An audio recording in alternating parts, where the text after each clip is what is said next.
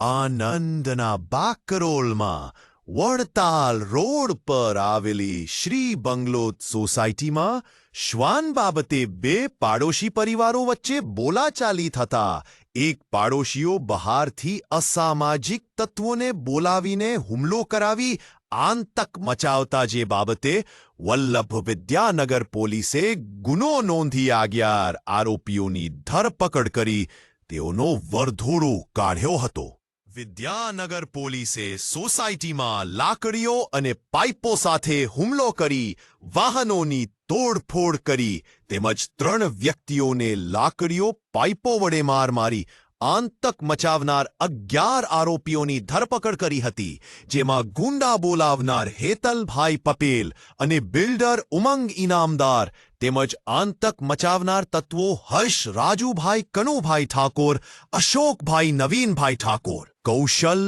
ઉર્ફે મેરિયો જયંતીભાઈ ફુલજીભાઈ વસાવા, બોબી વિરેન્દ્રભાઈ માતાપ્રસાદ કુશવાહા, સુનિલકુમાર કનુભાઈ બુધાભાઈ, વિરેન જગદીશભાઈ માચી, ગુંડા બોલાવનાર હેતલ